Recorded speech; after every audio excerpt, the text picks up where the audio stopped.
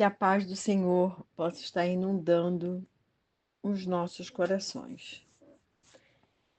Eu vou ler um versículo que está no Salmo 116, versículo 15. Eu vou ler uma, duas, três, quatro, cinco versões diferentes. Depois eu explico por quê, que eu estou lendo em cinco versões diferentes. Então diz assim: Preciosa é aos olhos do Senhor a morte dos seus santos.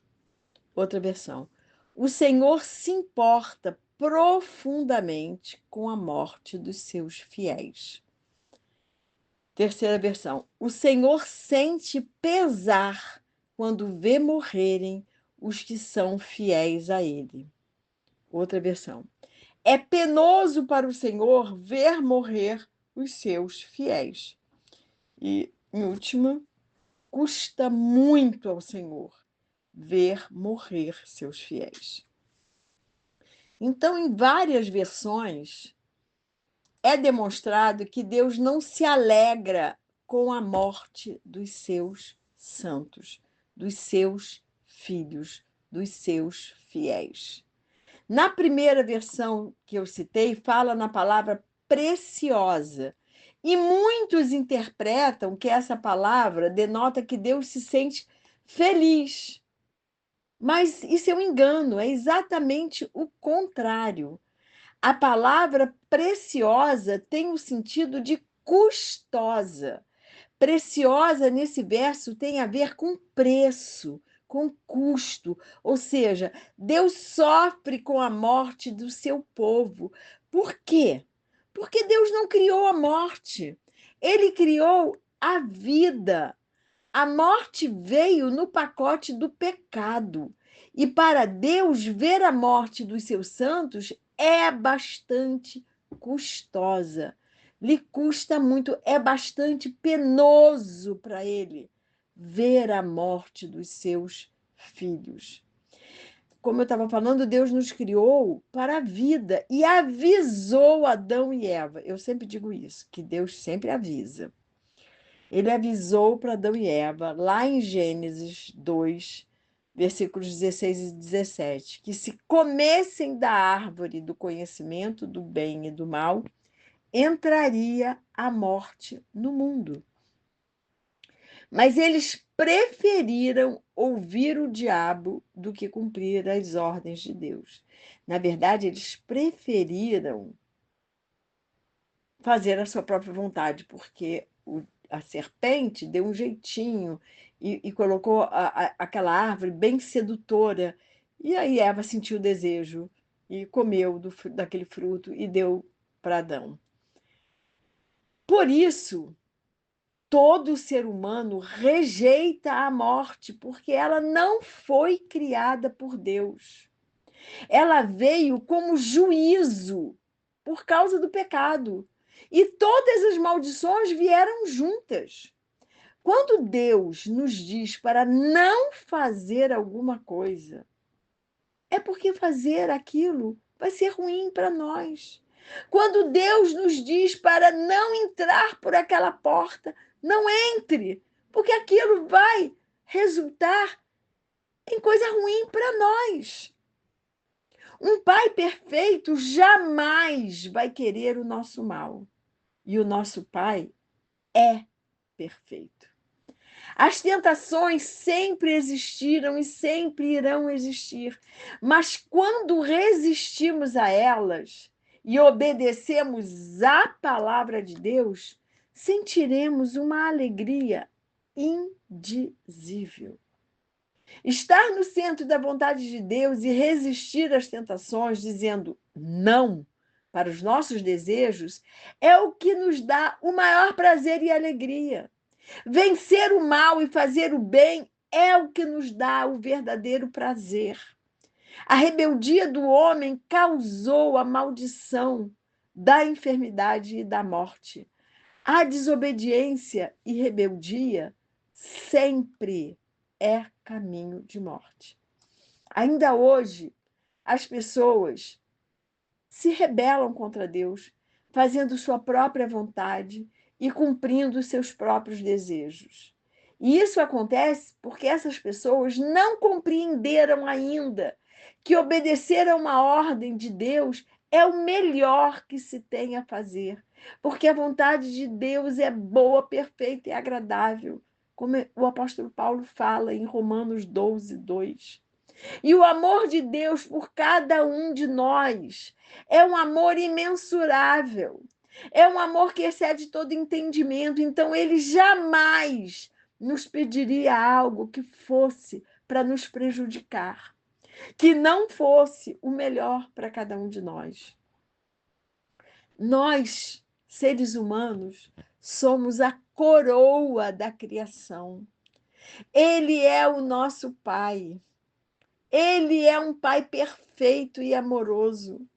Então, ele não vai querer nada de ruim para a gente. E por isso ele não se agrada de ver a morte dos seus filhos. Ele colocou em nós a eternidade, como é dito lá em Eclesiastes 3:11. E enviou o seu unigênito, seu único filho, Jesus, para vir ao mundo, para nos dar a vida, e vida em abundância, como está escrito em João 10:10. Jesus veio nos ensinar a nos relacionarmos com Ele. Ele veio ressignificar toda a lei, ele veio para nos ensinar coisas preciosas. Ele nos diz que fazer a vontade do Pai é o que ele vinha fazer. Jesus, ele é Deus, mas ele também, quando estava aqui, era 100% homem, 100% Deus, 100% homem. E aí, pensa, Deus Pai manda ele morrer numa morte de cruz, e ele vai para a cruz, porque ele diz o quê? Essa é a vontade do meu Pai. Então, se Jesus, que é Deus, que é perfeito, que teve que se despir da sua majestade, ele fazia a vontade do Pai, nós temos que imitá-lo. Nós temos que aprender com ele que fazer a vontade de Deus é o melhor para cada um de nós. Deus não queria para nós a enfermidade, muito menos a morte. O pecado de Adão e Eva feriu o coração de Deus, porque ele sabia as consequências da escolha deles. Gente, eu às vezes fico pensando, todos os dias, na virada do dia, né, por volta de 6 horas da tarde, Deus se apresentava para conversar com Adão e Eva, para se relacionar com ele. Então, não seria muito mais fácil, quando a serpente viesse seduzir lá Adão e Eva e falar aquelas coisas, Eva falasse assim, espera um instantinho, que eu vou hoje perguntar para o meu Criador o que ele acha disso que você está me dizendo? Se ela e Adão tivessem feito isso, olha, nós continuaríamos vivendo no paraíso de Deus, no Éden, que significa paraíso, jardim perfeito. Mas não, eles foram seduzidos pelo diabo. E Deus nos dá livre-arbítrio para as nossas escolhas. Nós é que escolhemos a vida ou a morte, o bem ou o mal, a bênção ou a maldição. E o resultado dessa escolha dos nossos primeiros pais é o que vemos no mundo desde o princípio. Vamos ver sempre nesse mundo derrota, sofrimento, doenças e todo tipo de maldições, permitindo que o diabo pudesse ser o príncipe desse mundo. Que coisa terrível. Por causa do pecado da desobediência. Bastou um pecado. Tem gente que fala, claro que eu vou para o céu, eu não mato, eu não roubo, eu não faço mal a ninguém. Mas se você desobedecer, você vai ser como Adão e Eva, né? Porque Adão e Eva também não matou, não roubou, não fez mal a ninguém, quer dizer, fez mal à humanidade toda, mas assim, ali, naquele momento, bastou um pecado, o pecado da desobediência, o pecado da rebelião. E mesmo com todas as maldições. É isso que eu acho impressionante no nosso Pai. Todas, a gente tem que viver e conviver com todas as maldições, culminando com a morte. Mas mesmo com tudo isso, o Pai enviou o seu único filho para remir o pecado de toda a humanidade e ser a ponte entre nós, pecadores, e o nosso Pai santo e perfeito. Mas para termos essa vida eterna, para termos essa ponte e desfrutarmos da maravilhosa presença do Pai num lugar perfeito, sem lágrimas, nem dor, nem sofrimento, nem lutas e luto, eu digo lutas e luto. Nós temos que aceitar o seu Filho como o único Senhor e Salvador. Não há outro caminho, porque ele mesmo disse, Jesus disse, eu sou o caminho, a verdade e a vida, e ninguém vai ao Pai se não for por mim. Então, a minha oração por mim e por você é que possamos compreender a palavra de Deus, crendo que Ele é o Senhor da vida e que em nenhuma hipótese Deus se alegra com a morte dos seus filhos, dos seus santos, dos seus fiéis.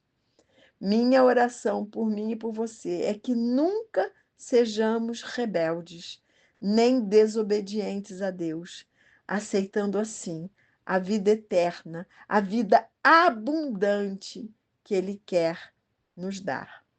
E que o Senhor nos abençoe e nos guarde, que o Senhor faça resplandecer o seu rosto sobre nós e que o Senhor tenha misericórdia de nós. E que o Senhor sobre nós levante o seu rosto e nos dê a paz.